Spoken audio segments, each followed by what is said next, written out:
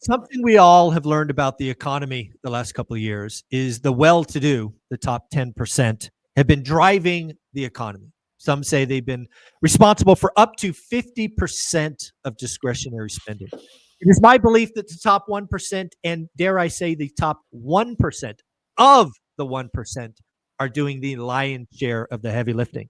So I want to ask somebody whose clients are the top 1% of the 1%, are they getting terrified? Are they pulling back? Or perhaps they're getting aggressive and looking for opportunities. Taylor from Life Goal Investments, I want to know what the top 1% of the 1% are doing in this chaotic environment, because I'm guessing it's different than most of us who are running around with their head cut off. But maybe I'm wrong. Maybe they're equally terrified. What say you? No, I think you might be giving them a little too much credence. They're people too. They're terrified. They're totally normal. They're totally normal. A lot of them are business owners, and business owners are confused right now, and not from a lack of understanding of how economies work, et cetera, from a lack of messaging and a lack of clarity as to how things are going to affect their business. So I think that they are in the same scenario that all of the rest of us are in. And I think what a lot of people have come to the realization of over these past couple weeks is this is, thankfully not our clients. And I mean that because we came into this defensively positioned, because there was some writing on the wall and stocks were incredibly highly valued. And that was something that did not fall on deaf ears with us. But there are a lot of 60-year-olds right now that are realizing that they're investing like 50-year-olds. There are a lot of 50-year-olds that are realizing they're investing like 40-year-olds and on down the line.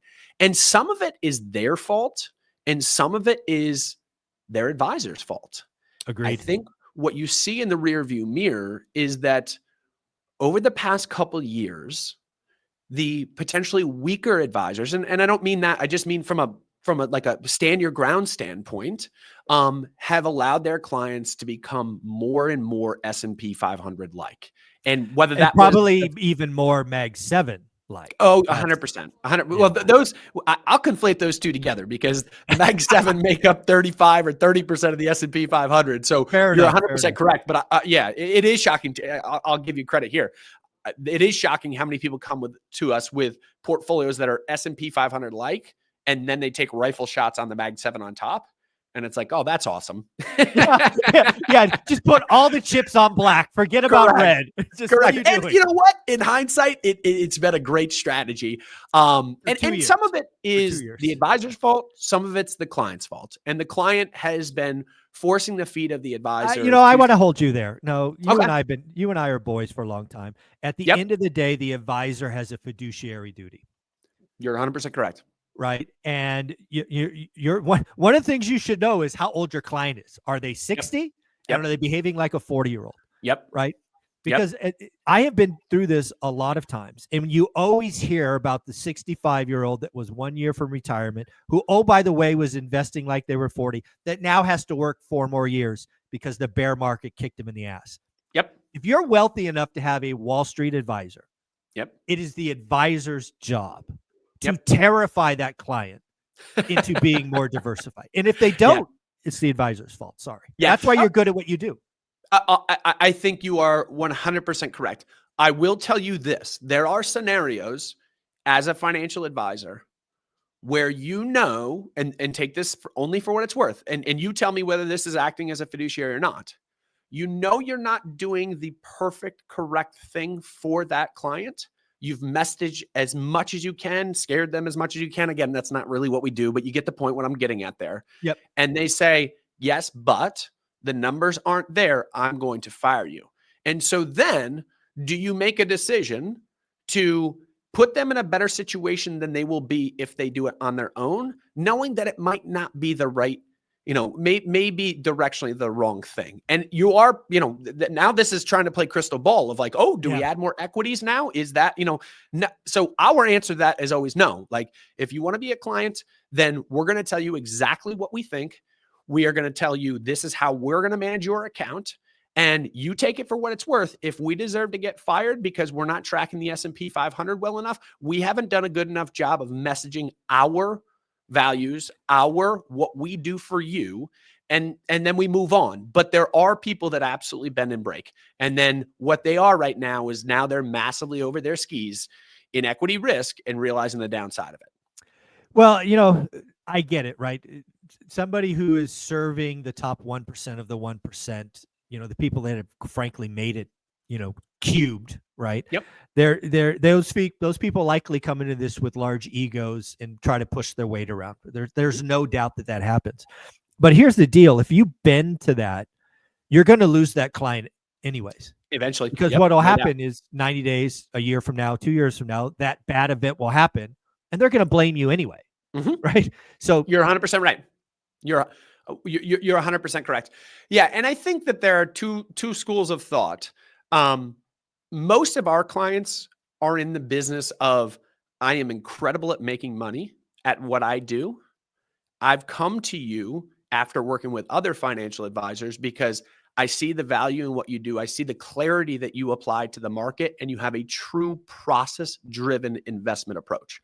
You stick to the process through thick and thin. There will be Right. times where that process makes you look like an absolute genius, but there will not be times, this is important, where it makes us look like absolute fools. We won't look great at Exactly. times, but we will Yes. never blow up. And that is the Exactly. important thing. If we get another 30% year this year out of stocks, which I don't know if that's on anyone's bingo card, like, we're not keeping pace. That's the No. reality of it. Yeah. Yeah. I think there's only been one season where we had 3 years of double-digit growth, and I think that was coming out of the dot-com crash. But a third year of over 20% is highly unlikely. It's certainly coming from where we are, but that's just history. So yeah, I want to go back to the top 1% of 1%. Yep. Yeah. It seems like what you're telling me is they're not being aggressive. They're quote unquote not making moves. So would it be fair to say that the top 1% are very much in asset preservation mode at the moment? I think that's a fair assessment. I think that the realization for the really wealthy is, I've made it. Let's not lose it. Let's grind Okay. out. Even if we can grind out 5, 6, 7, 8, 9%. Like, whereas the rest of the market's looking at us and going, hey, I did 24 last year. Like, I'm just going to perpetuate. Okay, good luck. Yeah. But their realization is, I'm willing to give up some of the cream on the high end to, in a normalized market, you'll outperform. In a down market, you'll lap the field. And I'm Right. oversimplifying here, but I think that's directionally fair. And think it that's is. something that they're perfectly fine with. What they don't want is that sense of anxiety in their life that distracts them from what they're doing so well already. And that's exactly where they're focused. Yeah. Well, the other thing that again, I know a few folks that I would throw in the top 1% of the 1%. And I too think they're very much pulling back, conserving, keeping powder dry, keeping cash, right? Mhm. We're not even talking CDs or treasuries. It's like cash. A lot of Yeah. these guys I know have more cash as a percentage than they've ever had because they just don't know, right? That's cash is the great equalizer.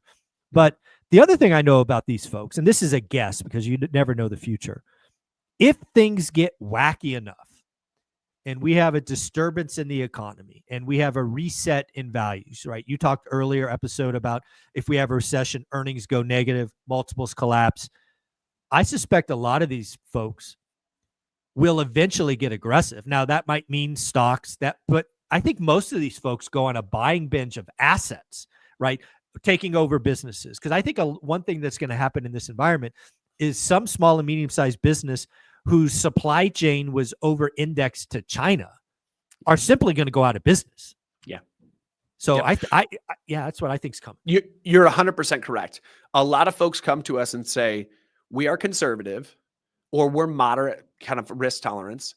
When the time is right, we have the ability to get aggressive. It's not that our stomach Exactly. can't necessarily handle it. It's when we look at things and things don't make sense on the high end, we're fine sitting down and Yeah. just sitting on our hands. When we look at things and you get a washout in the market, they're like, I've been here I'm before. in. I've I made know how my this money feels. Yeah. here. Exactly. How do you think I got the way I got? Because I took risk, Yeah. calculated risk. And I will push back on you on one thing. One of Sure. the things that we don't allow folks to do that are our clients is sit on cash. We have this quote that says cash is for purchases. Okay. So, but with that, cash is most people's risk buffer, right? Yes. And what you have to have is a very skillful hand if you're not going to hold cash. And I say cash is for purchase. Cash is a riskless asset. Over time, cash will underperform everything. There will be Everything. times Yep. where it outperforms some assets. But what you need is a skillful hand to understand portfolio construction. There need to be pieces that have low correlation, which is the number one statistic that you look at when you're building portfolios. How do these assets work together? Do I have something in the portfolio that is a risk asset that will actually do really well during a recession? Yes. And Yeah. so therefore, again, otherwise, if you have cash, what are you trying to do? What are you trying to do with cash?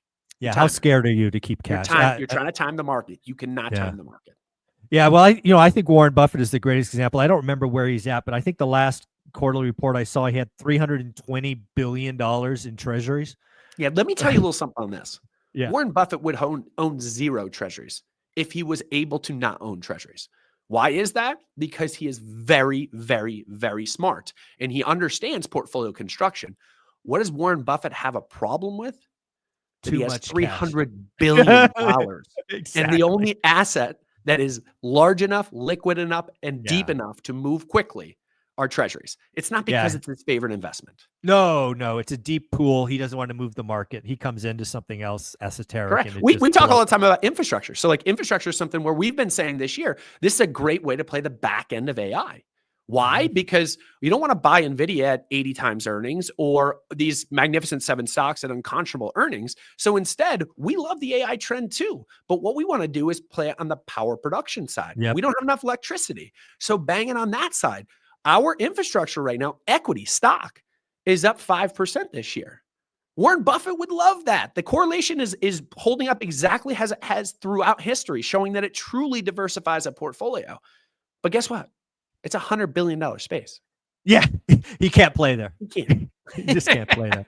Yeah. So at the end of the day, I think it's fair to say, to kind of go back to where we opened, the top 1% of 1%, frankly, are just like everybody else, right? There's always that joke. They put their pants on the same way. Yep. They're just as confused. They're just as uncertain. They just have more zeros behind their pocketbook. But I do think it's interesting that we both agree that at some point, right, these folks are used to taking risk.